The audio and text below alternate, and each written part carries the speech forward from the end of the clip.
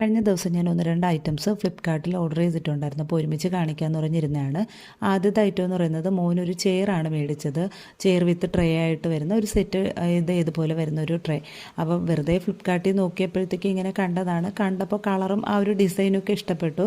അങ്ങനെ മേടിച്ചതാണ്. മാത്രമല്ല അവനിങ്ങനെ ഇരിക്കാൻ തുടങ്ങിയപ്പോൾ ഞാൻ വിചാരിച്ചു പ്ലേറ്റിൽ ഇതുപോലെ ഫുഡൊക്കെ കൊടുത്തു കഴിഞ്ഞാൽ കുഞ്ഞായിട്ട് എടുത്തൊക്കെ കഴിക്കുമല്ലോ എന്ന് വെച്ചിട്ടാണ് ഞാൻ മേടിച്ചത്. പക്ഷേ 688 രൂപയ്ക്കാണ് മേടിച്ചത്. ആ ഒരു പ്രൈസിന് ഇത് അത്ര ക്വാളിറ്റി ഒന്നും പോരാ.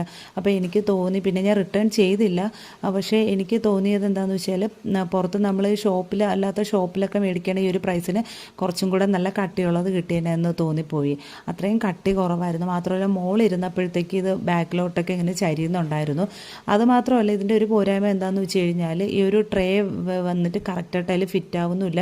നമ്മൾ ഫിറ്റ് ചെയ്ത് വെച്ച് ഇളകിയും പോകുന്നുണ്ട് പെട്ടെന്ന്. പിന്നെ കളർ കൊള്ളായിരുന്നു, കുഴപ്പമില്ല. പിന്നെ മോന് ഞാൻ ഇത് ഇരുത്തിയിട്ടുണ്ട്. പിന്നെ ഇരിക്കാൻ വേണ്ടിയിട്ട് ഒരു സിറ്റിംഗ് പാഡും കൂടെ അതിൽ കൊടുത്തിട്ടുണ്ടായിരുന്നു. രണ്ടാമത്തെ പ്രോഡക്റ്റ് ഒരു ഫ്രിഡ്ജിലൊക്കെ സ്റ്റോർ ചെയ്യുന്ന സ്റ്റോറേജ് ബോക്സാണ്. അത് കുഴപ്പമില്ല, 240 രൂപയ്ക്കാണ് മേടിച്ചിട്ടുണ്ടായിരുന്നത്.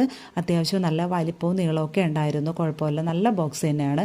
ഞാൻ വിചാരിച്ചു അതിൻ്റെ ഒരു ഇതൊക്കെ കണ്ടിട്ട് ഞാൻ വിചാരിച്ചു ചിലപ്പോൾ ഇത്രയും വിലക്കുറവിൽ ഇതായിരിക്കും ലോ ക്വാളിറ്റി ആയിട്ട് കിട്ടുന്നതെന്ന്. പക്ഷേ ഇത് നല്ല ബോക്സസ് ആയിരുന്നു.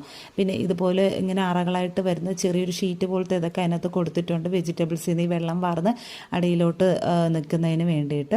പിന്നെ മാത്രമല്ല 5 ബോക്സ് ഉണ്ടായിരുന്നു. ഇത് ഫ്ലിപ്കാർട്ടിൽ നിന്ന് പർച്ചേസ് ചെയ്തിട്ട് പണി കിട്ടിയത് ആദ്യമായിട്ടാണ്.